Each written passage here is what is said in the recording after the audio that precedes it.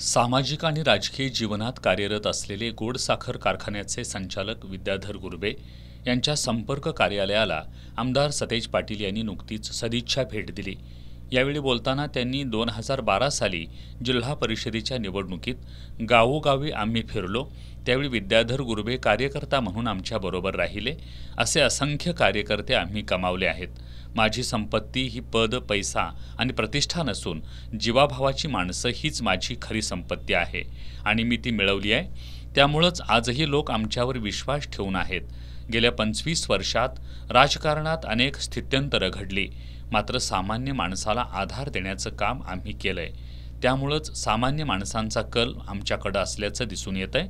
सामान्य माणसं आपल्याबरोबर आहेत, तोपर्यंत काळजी करायची गरज नाही, असा विश्वासही त्यांनी व्यक्त केला।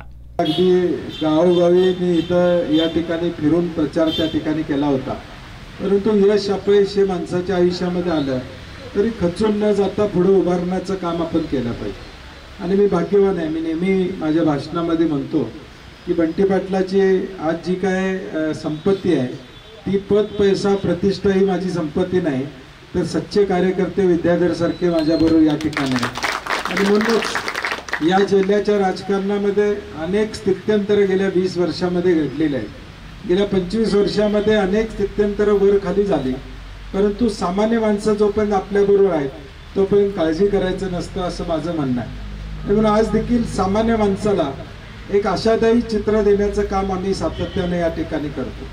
आम्हा सगळ्यांची कामाची पद्धतच अशी आहे की जे शक्य आहे ते करायचं, खोटं बोलायचं नाही, जेवढं करता येईल चांगलं तेवढं करायचं। यावेळी जिल्हा परिषदेचे माजी अध्यक्ष उमेश आपटे, गोकुळच्या संचालिका अंजनाताई रेडेकर, बाबूराव गुरबे, रियाज शमनजी, नागेश चौगुले, प्रशांत देसाई, अजिंक्य चव्हाण, अशोक पाटील, नौशाद बुडेखान, गुरबे कुटुंबीय आणि नागरिक उपस्थित होते।